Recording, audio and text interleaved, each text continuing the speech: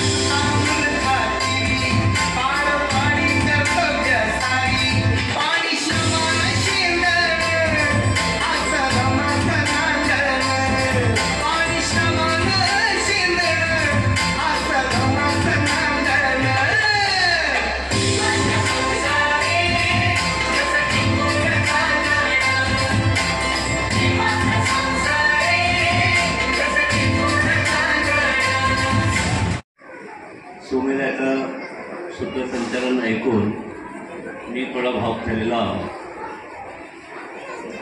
काय बोलावं काय बोलावं नाही थोडंसं माझं गोंधळ झालेलं आहे। मी थोडक्यात सरांची माझ्या जोडे संपर्क आला आणि त्या संपर्कातून सर मला जेवढून जे बघायला मिळालं त्यातून जे काही संवाद त्याच्यातून मला काही ज्ञान प्राप्त झालं त्याबद्दल मी थोडक्यात आपलं मनोरंजन व्यक्त करीत आहे। मी VS जर्नाळे आणि सरांची नाड या संस्थेशी जोडलेली आहे। त्या संस्थेमधून मी कालच सेवानिवृत्त झालेला आहोत. अरे त्याला शुभेच्छा. तुम्हाला शुभेच्छा. सर आणि माझा संबंध, मी 1 जुलै 97ला विवेकानंद इथे कनिष्ठ महाविद्यालयीन शिक्षक म्हणून जॉईन झालो. कि इंसान की ख्वाहिशों की कोई इंतहा नहीं, इंसान की ख्वाहिशों की कोई इंतहा नहीं. 2 गज जमीन ही चाहिए 2 गज कफन के बाद. एवढं त्यांना वाटतं की माझं आयुष्य संपल्यानंतर काहीही उरणार नाहीये. हे प्रत्येकालाच वाटतं की आपलं आयुष्य एक दिवस संपणार आहे. परंतु हे आयुष्य लोकांच्या जर सत्कारणी लागत असेल तर असं आयुष्य आपण का जगू नये. हा जगण्याचा जो मूळमंत्र आहे, हा जगण्याचा मूळमंत्र सरांना फार उत्तम रीतीनं लाभलेला आहे. म्हणजे त्यांना कायम असं वाटत राहतं, एक शजर प्यार का ऐसा भी लगाया जाए, एक शजर प्यार का ऐसा भी लगाया जाए जिसका हमसाये के घर में भी साया जाए. हे असं आयुष्य आहे सरांचं. मी जे झाड लावेन त्या झाडाची सावली शेजारच्या घरी पडली पाहिजे. हे जे मानवमुक्तीचं जे धोरण आहे, जे त्यांच्या साहित्यात दिसतं, असंच धोरण त्यांच्या एकूणच व्यक्तिमत्वामध्ये दिसतं. म्हणजे मला असं वाटतं, फार मी कमी लोक पाहिले आयुष्यामध्ये की जे लोक बोलतात तसे चालतात आणि जे लोक साहित्यात जसं लिहितात तसं स्वतः जगतात. फार कमी लोक पाहिजेत आयुष्यात. खूप वाईट अनुभव माझ्या आयुष्यात आले.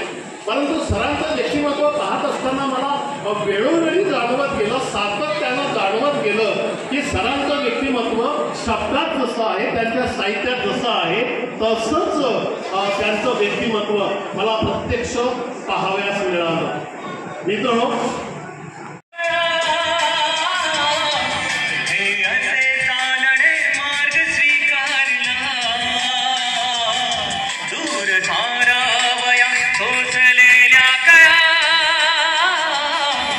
तुझ्या सोबतीने अशी आनंद